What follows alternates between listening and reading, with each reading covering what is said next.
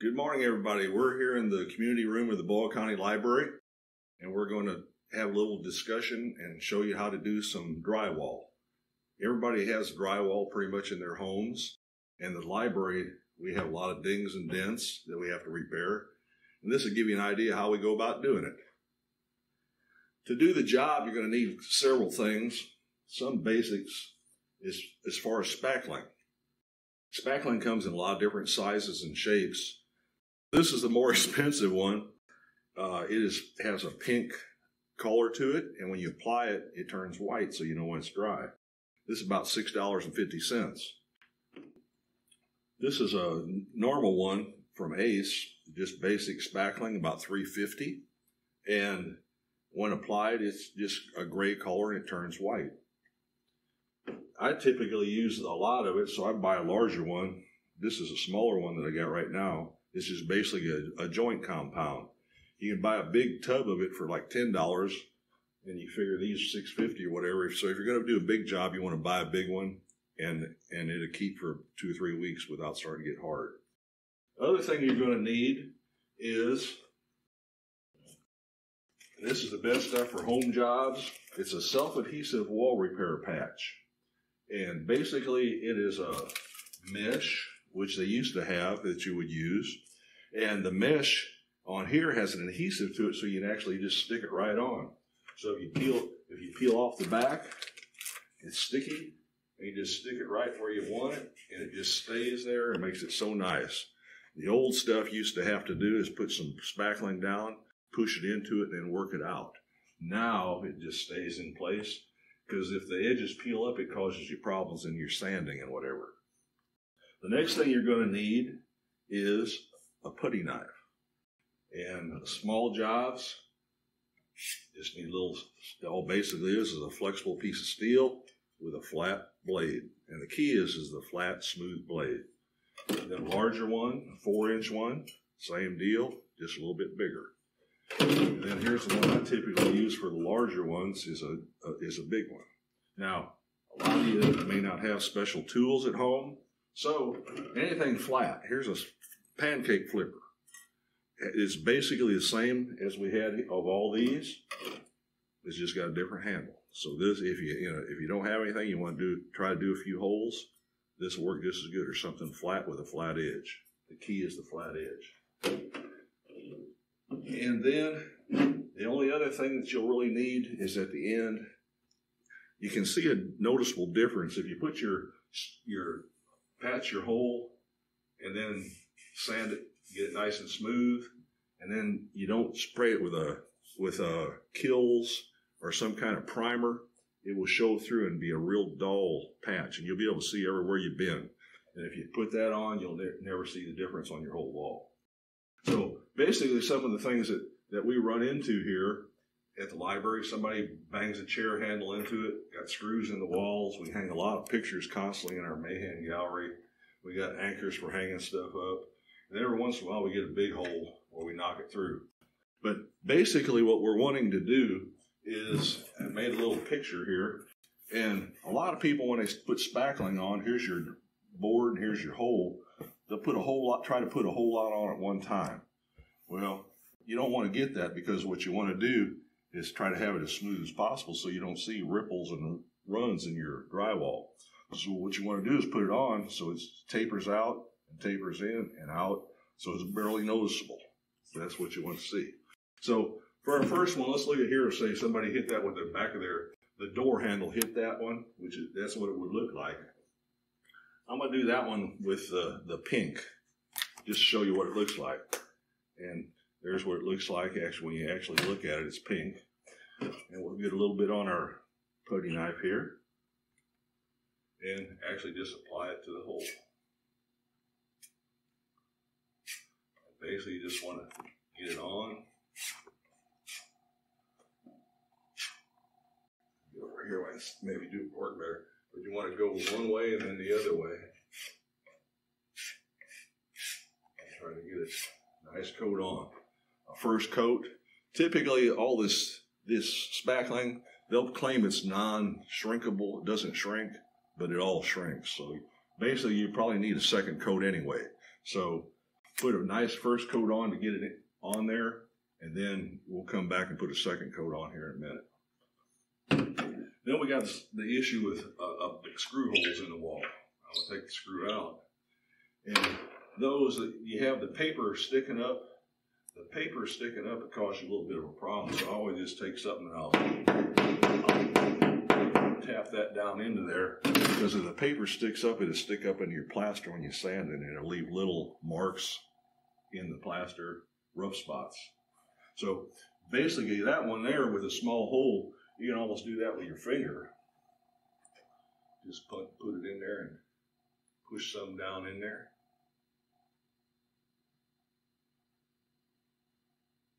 Smooth it over and let it dry a little bit. Then you have the same thing here. Have about 3 different holes punctured in here where we move this picture around. And if you're like me, we have to move pictures all the time. So on that particular one, you probably want to. We're going to get all of them at one time. Nice and smooth across, and then we'll let that dry. And then here's a bigger hole. On that size of a hole, you want to try to use your patch. You want to put something over it. And that size hole you can probably get by with some of your flexible back material, but a bigger hole we're going to have to do something different. But this particular one, we'll cut a patch, and we want to cut it a little bigger than the hole.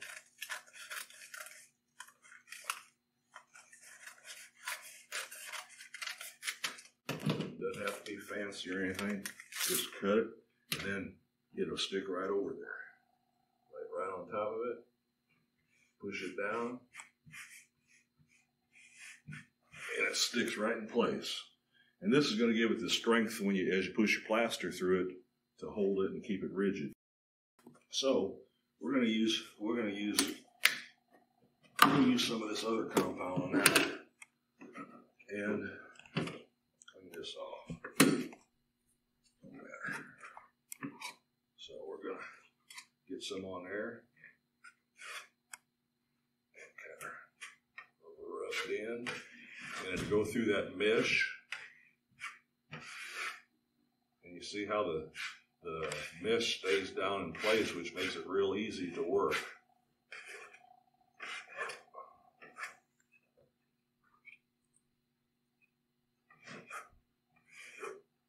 There we go. You can see how it's covered the mesh. Now, this stuff here, you can see how it's already starting to turn white where it is, where it's drying. And this stuff here is the regular stuff, and it will never change. It's always going to stay that color. And on that much, you probably need to let it dry overnight. But it will need a second coat. Then, one other thing that's important as you work with this stuff, as you use it, you will clean your knife off. Wipe your knife off and don't clean it in here. All the little dried pieces will get in here, and it'd be like little BBs. As you try to spread it, you're going to get little knots, little bumps all throughout it. So try to clean your putty knife off, and don't clean it off in your tub. And when you get done, spread it out nice and level on your tub and get it off the sides, and then put the lid back on it. Okay, now for a bigger, well, here's one. Get this other one here. These are anchors. These are a common thing you see in the home also. These are just anchors that go in drywall, and how they work is you drill a hole basically a little bit smaller than the anchor. It goes into the wall, and when the screw goes in and pushes the bottom apart, which expands it, which holds it in the wall. To get the anchor out, the easiest way to do it is put a screw in it and pull it out. You'll dig it up, and you'll mess the wall all up trying to get it out. So you just take the screw, turn it in a little bit so it grabs, and you can pull that anchor right out of there. Okay, we're back here at it. The method I showed you how to pull this anchor out, it didn't work for this thing. So the other option is if you can take and your wall is hollow behind your stud, just drive this thing into the wall. it out of your way.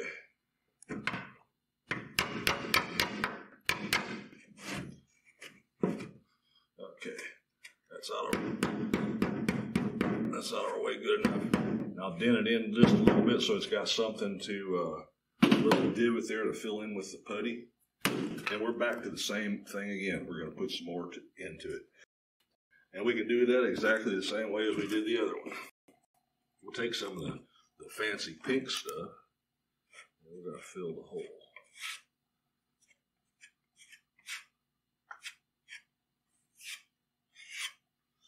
Now, the key is, again, you don't get it real thick, like over here, because everything you get on there, you want it to be smooth. And if it's smooth, you're not going to be able to see it. But if you get a big lump in there, you're going to see it or feel it. So get it on just a little bit. You can kind of see it bulging up out of there a little bit. Let it dry and it'll shrink back. Now, the last one's a bigger hole. And you can run into holes this size, even bigger size. If you get a really big one, the best thing to do is to find where the stud is. And the studs in the wall are about every 16 inches apart. So if you can find the stud about 16 inches apart, you just cut the board off so half the stud shows on here and here, and then cut a piece of board that fits right in there, and you can nail it right to the stud. This is for a smaller piece that you're going to put in, and it would have been a little bigger than this, but I already took to save time, I cut the thing out. And what you want to do when you cut it, you want to cut it out to a measurement, 3 inches, 5 inches, 10 inches, whatever it may be. So it's easy to measure because you're going to have to cut a piece to go in that hole. So I'm going to grab a piece of board here and show you how to cut drywall. The drywall is really easy to work with, and it looks like it wouldn't be, but basically you need a straight edge and a X-Acto knife, and you mark say we're going to mark it and cut it right down here this wide, and all you do is take it and score it with your X-Acto knife. Take it, pop it back, and then just cut it with your knife. You get a perfectly straight cut. So again, one last time. Score it with your knife. Don't have to push real hard. Break it at the crack. Then just cut it with your cut the backing with the knife, and you get a nice piece. So I've cut the piece and get it. You may have to take your X-Acto knife or something and trim it a little bit just to get it to fit, but you want it to fit in there close, that's fairly close. Now, you don't have anything to attach it to, so what you're going to have to do is get a couple pieces of wood, and I found these 2 pieces laying around, 2 shims, and basically on this one here, since it's not gigantic, you can probably get by with 1 shim. So what we're going to do, we're going to put a brace behind it, and using this shim that I just had in my workroom, put it in there, bring it up, hold it in place, and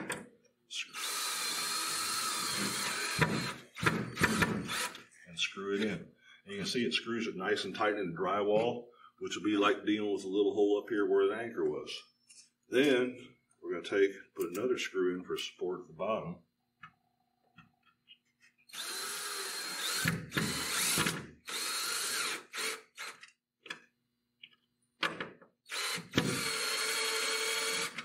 Okay. Now, that's pretty solid. Now what we can do is put our piece of drywall we cut, work it into that hole. And it fits pretty good, so we'll just kind of tap it into place. Tap it in place with your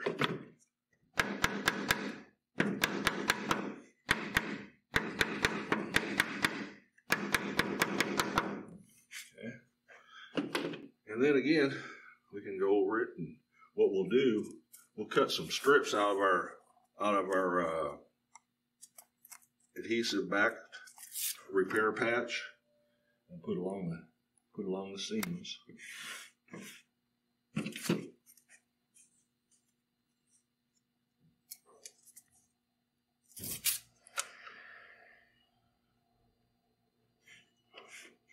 It's sticking out a little bit there. We'll get that in. Want to get it good and level. Okay, that's good.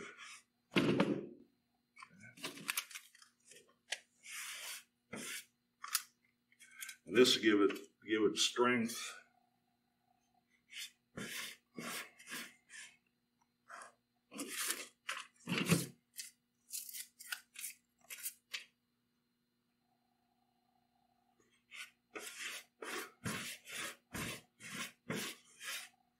One note: if we had a bigger hole, a hole about this big, we'd have put a slat here and a slat here, so it had two behind it to support it, one there and one there behind the hole. Okay, now we're going to go back and just do the same exercise we did before. Get some spackling.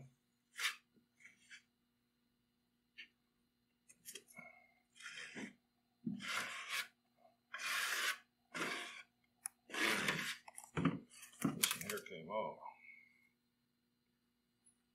this is what the old tape used to do all the time. Okay.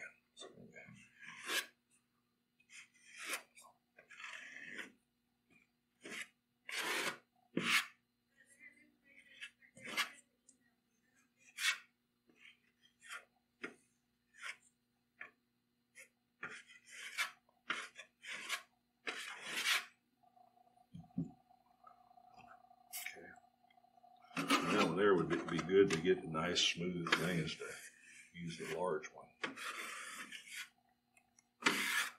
Now, that'll get one coat on it. And as you see, we got a one coat, and you can see how these are drying right now. And we'll assume they're dry. So what the next thing we're going to do, we're going to go back and we're going to give this one a second coat.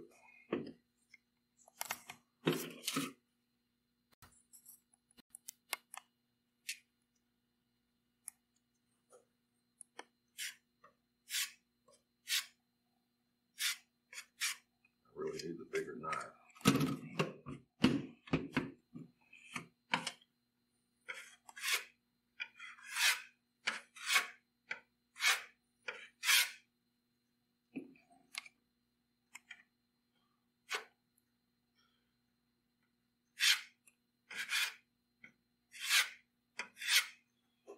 So what you'll do, you come back through all these and give them a second coat after they dry, and they'll shrink a little bit. And after you get that second coat on there, it's a little air hole there. But after you get that second coat over all this, you'll be able to sand it. And what you want to do is sand on the edges. You want to taper these edges all nice and smooth in and taper to the middle. And as you sand them, what you'll find is that every once in a while you may find an air bubble in there. And you may even have to come back and do a little touch up on another one, is to fix the air bubble that you find after you sanded it. But basically that's what you're going to do. And what you want to do is get it nice and smooth. You don't want to sand too far, but you want to leave a little bit, but you want to leave it so it's not very, you don't see a hump, and it'll fill in and nice and smooth. And at that point you'll prime it. And after you prime it, you're ready to paint with matching, and it should match, and you should never be able to see it again. So that's the basics of drywall. This is trying to do it in one shot, but some of them I've had to do, like this one here. You may have to do two coats, maybe even a third one on it. But I always do normally 3 coats personally, but they say you really only have to do 2, but I always do 3. Then you get it nice and smooth and pretty much perfect. So that's the basics on doing drywall. And thank you for watching, and hope you learned something. Bye-bye.